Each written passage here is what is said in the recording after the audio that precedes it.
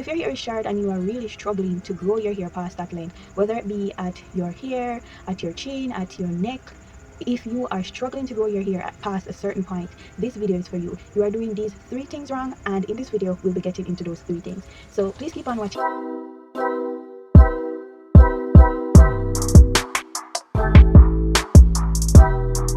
There was a point in my journey when my hair just felt stuck at my ears and I just didn't know what to do to get it moving along. And I tried a lot of things and finally got that secret that helps to not just get my hair from my ears but even beyond. And today my hair sits at my waist, definitely not by coincidence but by trial and error, by experience, and by learning to stop making these 3 mistakes. So guys, these are some satin ribbons, and I already have a video on these satin ribbons on how I stretch my hair with them. So I've never stretched my hair loosely with them, but I just decided to try them out. I've tried to stretch my twists, and that video is on my channel, so I'll link it in the description so that you guys can see what I'm talking about. So guys, let's get into these 3 mistakes that you're making that's keeping you back from growing your hair long. So the first mistake would be detangling too much. And to be honest guys, there's nothing wrong with detangling, because detangling actually helps our hair. It helps us to manage the knots, the tangles, and it kind of resets our hair, right? Because when your hair is all tangled up, knotted, it's not the easiest to deal with, and it can actually affect length retention, because if you don't get those tangles and knots out, it can lead to breakage, because your shed hairs are building up within your hair, and if you don't get out those shed hairs along with the knots and the tangles, you can cause your hair to break even more when you're detangling. So keeping up with detangling actually helps the hair.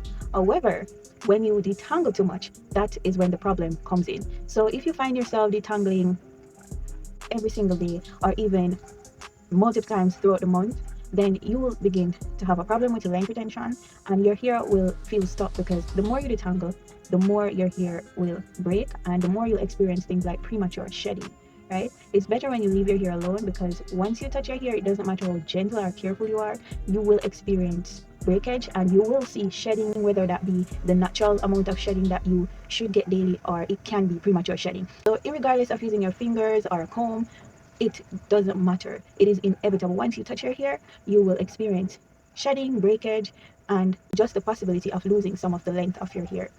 So personally, for me, I try to limit detangling. So I normally try to detangle like once a month, and that's usually around the time when I'm about to wash my hair, because I'm trying to retain length.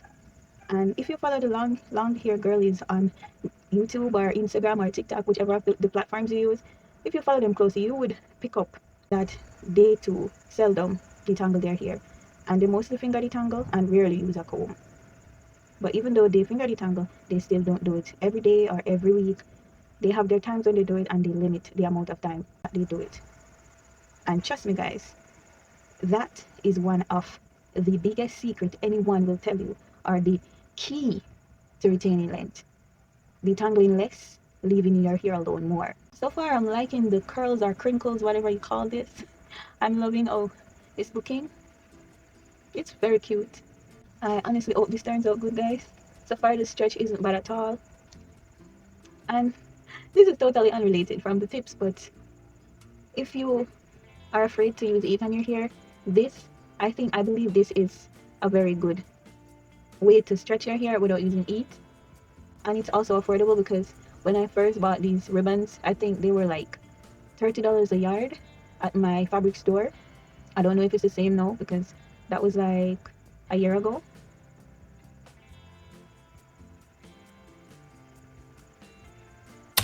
No, if you don't believe anything I say, believe this one, because if you watch my videos, you would know that I struggle with this one. But there are times when I am on top of it, and then there are times when I get a bit lazy and I fall off the consistently track or rail. But you see, neglecting your ends guys, it can be that one thing in your routine that is literally keeping you from growing longer lengths. Because right now, it is the reason why I am still not at tailbone. My ends are very fragile, and I found out that my ends are finer and even thinner than the rest of my hair. So you know what that means, guys? I have to pay closer attention to them. I have to pay closer attention to them and take very good care of them because they have been through a lot. They have been through me making a ton of mistakes, detangling my hair too much in the earlier stages, handling my hair roughly, washing my hair and not conditioning. All the mistakes that I've made, they have been through that with me. So that is the reason why they might look a bit thinner, right? But they're still healthy because if they weren't, they would be falling off my head right now. So I would be just touching them and they're coming off. So they're healthy because they're still with me. Okay, guys? But they are also very fragile. So if I don't try my best to keep them stretched, to keep them moisturized, to keep them healthy, they just break off and that sets me back or keeps me from growing my hair longer. So if you are struggling, your hair is at your hair or it's at your chin and it's just not moving no matter what you do, girl, start focusing on your ends, right? I have a video on my channel of what you can put on your ends to keep them set so they don't get frizzly like this and just tangle up on themselves, form single strand knots, and make your life a disaster. Because once they start to knot up, that's where the problem comes in. Now, these knots are normally very tiny, so you can't detangle them or untangle them. And so, most of the times, you have to just clip them off. And when you clip them off, you're clipping off your ends. I've had to do a lot of clipping off last year, and that is why I'm still at the same length. And even this year, I still did a little bit of dusting, right? Because my ends knot and tangle, right? And some ear types are more prone to tangling at the ends. Now, like the looser texture, maybe they'll have it a little bit easier when it comes down to their ends. But like us 4C girlies with the kinky coil hair, oh my god, it can be a nightmare.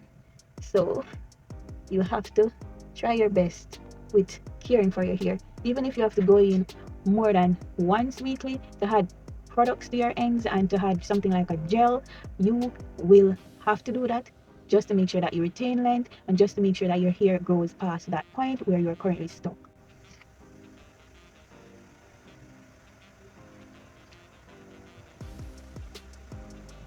This is the next thing about your ends too, guys. You see, when you are pulling your hair apart like this, you have to make sure you start from your ends. Because if you start from up here and try to separate your hair like this, if your ends are tangly, this is what will happen. Can you see this knot? Look. Can you see this knot? This thing. That's what will happen. And your ends will just be ripped off.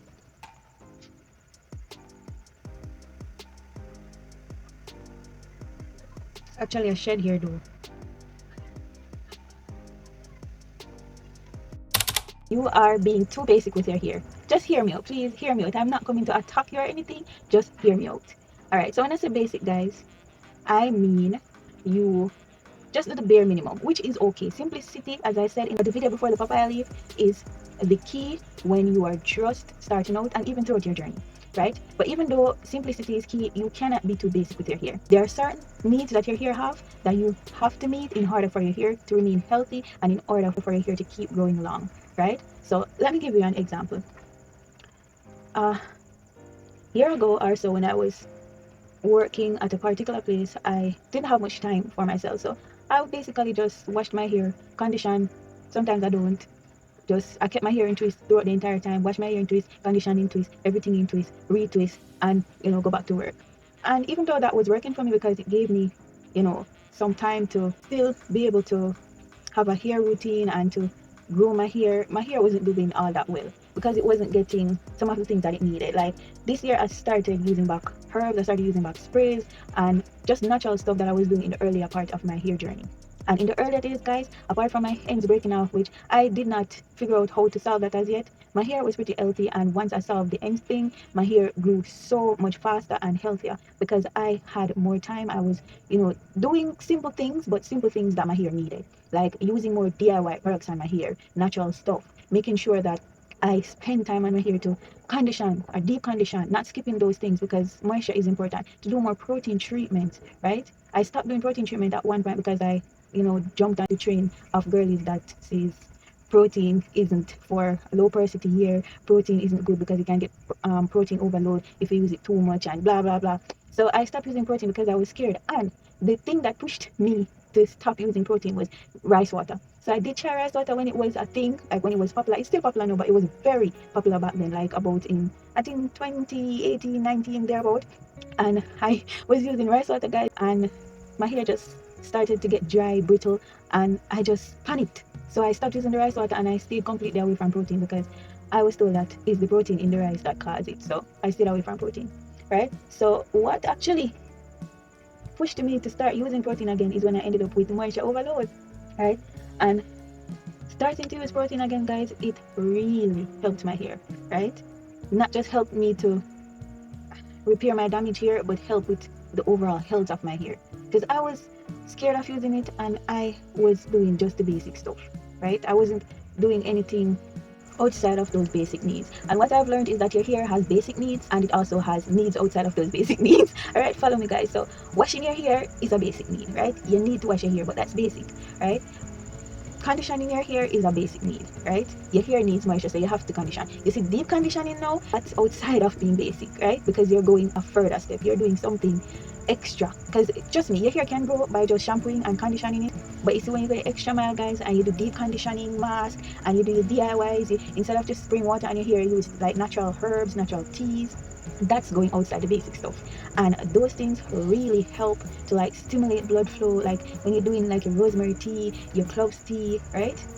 Those things help with stimulation. Those things help with giving your hair a boost, giving your hair more life, and even adding more to the health of your hair. But when you do those extra stuff, you're going beyond, you're going above and beyond, you're going above and beyond for your hair, so it will just glow.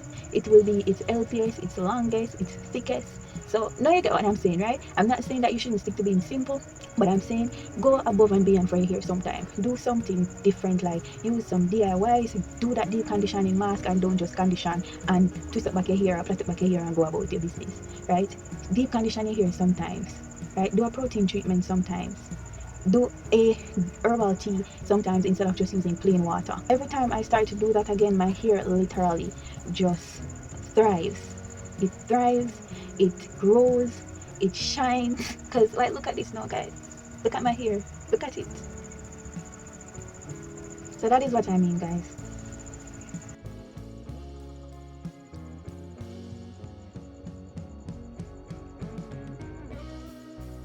So that is about it for the 3 things that are holding you back and keeping you from growing your hair longer. I hope you guys enjoyed this video. Please like, share, and subscribe, and leave your feedbacks in the comment section. I'll see you in the next video. Thank you so much for watching. Bye.